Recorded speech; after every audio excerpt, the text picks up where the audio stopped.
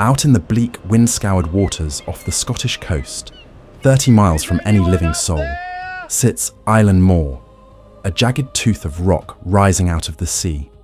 In December 1900, 3 men were paid to keep its light burning: James Ducat, Thomas Marshall, and Donald MacArthur.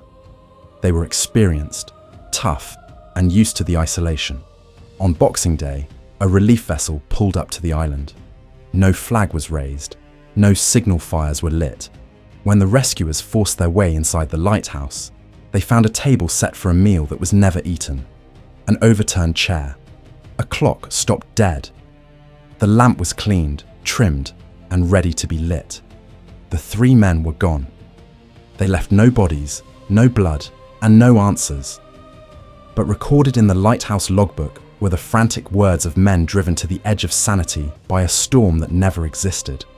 To understand what happened on Eilean Mòr, you have to look at the last entries written by First Assistant Thomas Marshall in the days leading up to December 15th.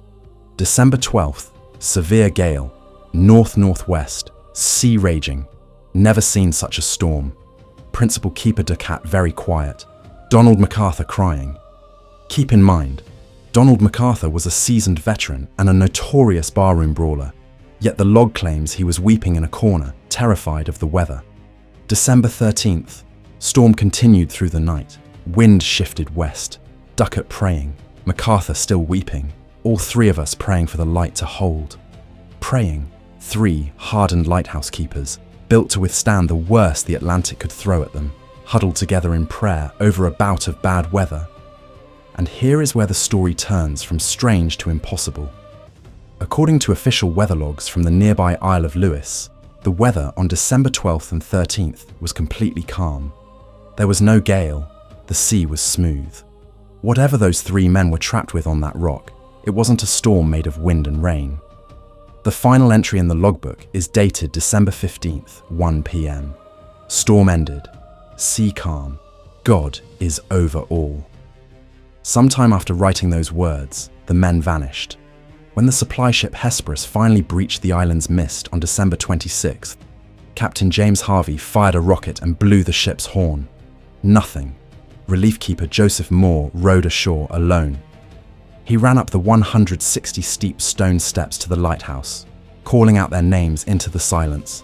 He pushed open the heavy oak door.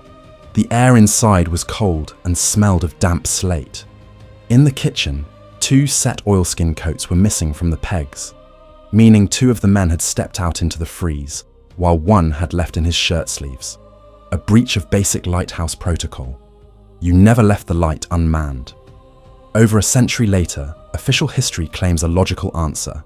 A freak rogue wave swept up the West Landing, catching 2 men off guard, while the 3rd rushed down to warn them, only to be dragged into the abyss himself.